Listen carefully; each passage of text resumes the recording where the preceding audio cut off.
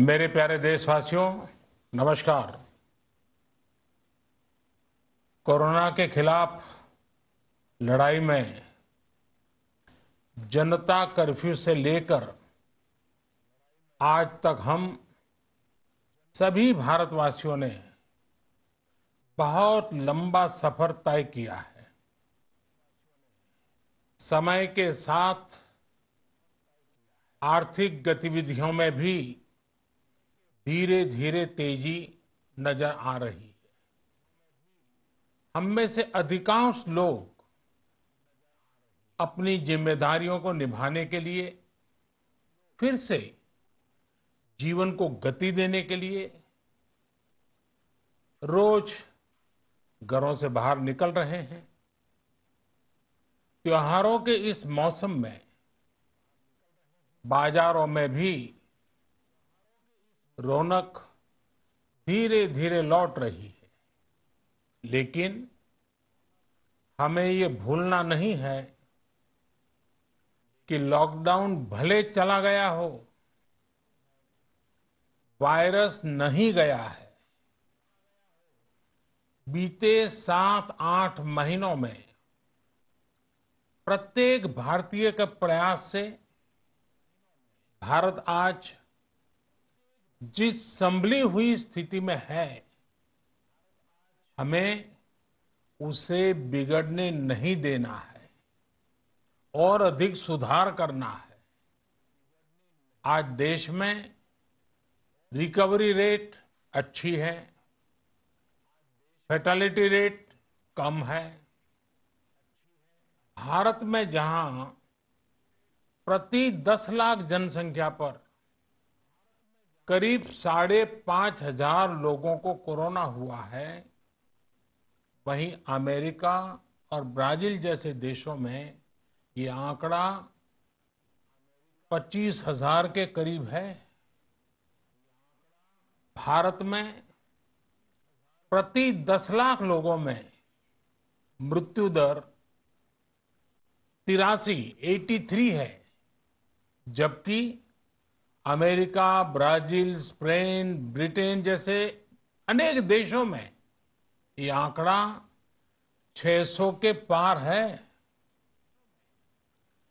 दुनिया के साधन संपन्न देशों की तुलना में भारत अपने ज्यादा से ज्यादा नागरिकों का जीवन बचाने में सफल हो रहा है। आज हमारे देश में कोरोना मरीजों के लिए 90 लाख से ज्यादा बेड्स की सुविधा उपलब्ध है। 12,000 क्वारंटाइन सेंटर्स है। कोरोना टेस्टिंग की करीब 2,000 लैब्स काम कर रही है। देश में टेस्ट की संख्या जल्द ही 10 करोड़ के आंकड़े को पार कर जाएगी। कोविड महामारी के खिलाफ लड़ाई में टेस्ट की बढ़ती संख्या हमारी एक बड़ी ताकत रही है।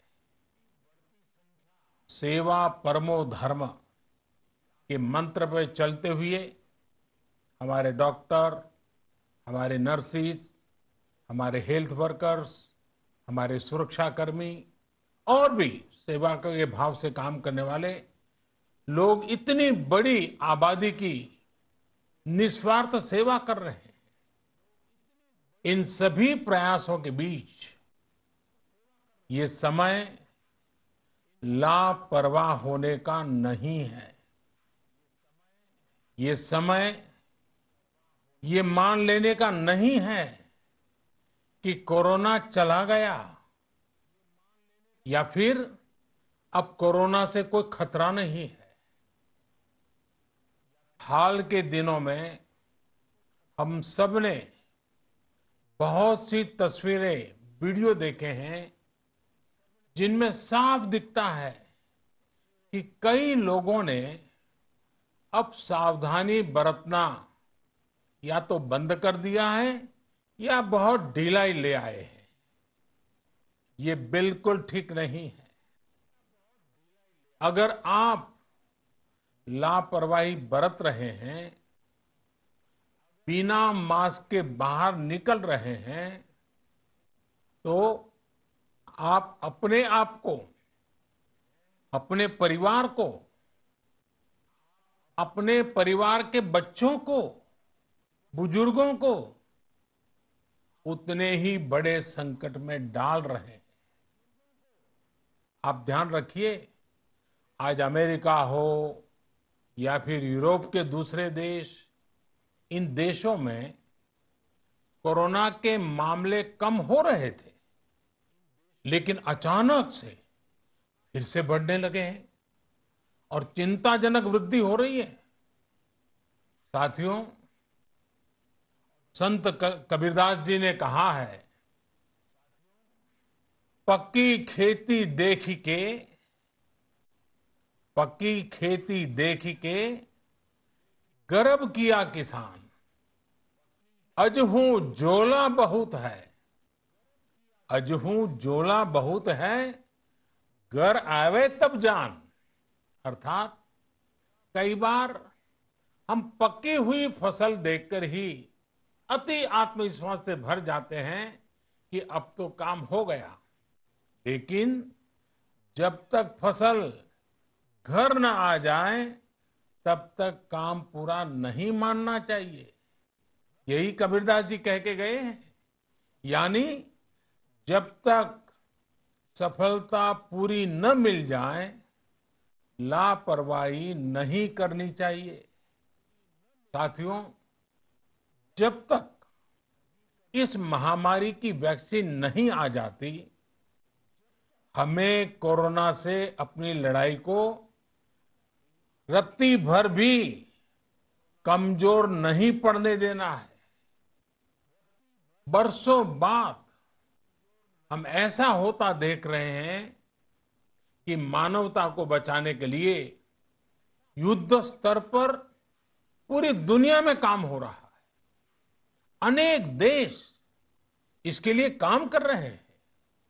हमारे देश के वैज्ञानिक भी वैक्सीन के लिए जी जान से जुटे हैं। भारत में अभी कोरोना की कई वैक्सीन पर काम चल रहा है। इनमें कुछ एडवांस स्टेज पर है, आशास्पद स्थिति दिखती है।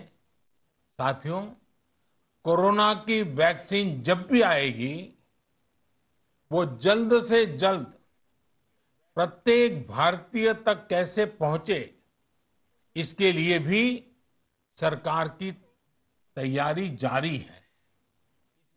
एक एक नागरिक तक वैक्सीन पहुंचे, इसके लिए तेजी से काम हो रहा है।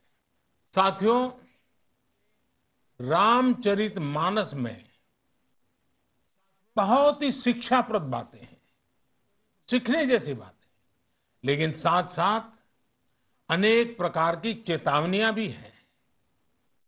जैसे रामचरितमानस में बहुत बड़ी बात कही गई है, रिपु रुज पावक पाप, रिपु रुज पावक पाप, प्रभु अहि गनीय न छोट करी। अर्थात आग, शत्रु, पाप यानी कि गलती और बीमारी, इन्हें कभी छोटा नहीं समझना चाहिए। जब तक इनका पूरा इलाज न हो जाए, इन्हें हल्के में नहीं लेना चाहिए। इसलिए याद रखिए, जब तक दवाई नहीं, तब तक ढिलाई नहीं। त्योहारों का समय हमारे जीवन में खुशियों का समय है, उल्लास का समय है। एक कठिन समय से निकलकर हम आगे बढ़ रहे हैं।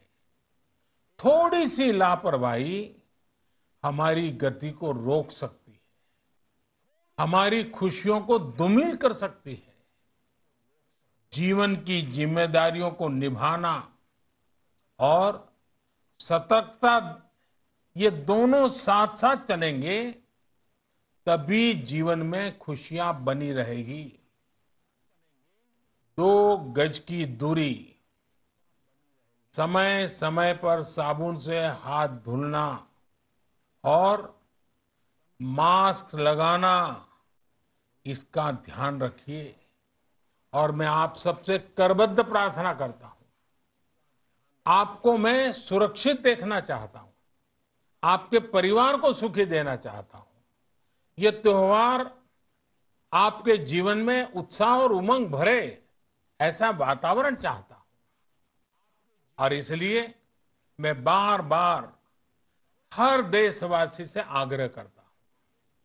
मैं आज अपने मीडिया के साथियों से भी, सोशल मीडिया में जो सक्रिय हैं उन लोगों से भी बड़े आग्रह से कहना चाहता हूं कि आप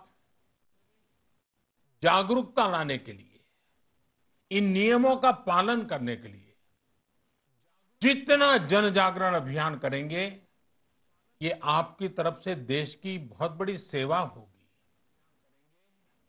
आप जरूर हमें साथ दीजिए, देश के कोटि कोटि जनों को साथ दीजिए।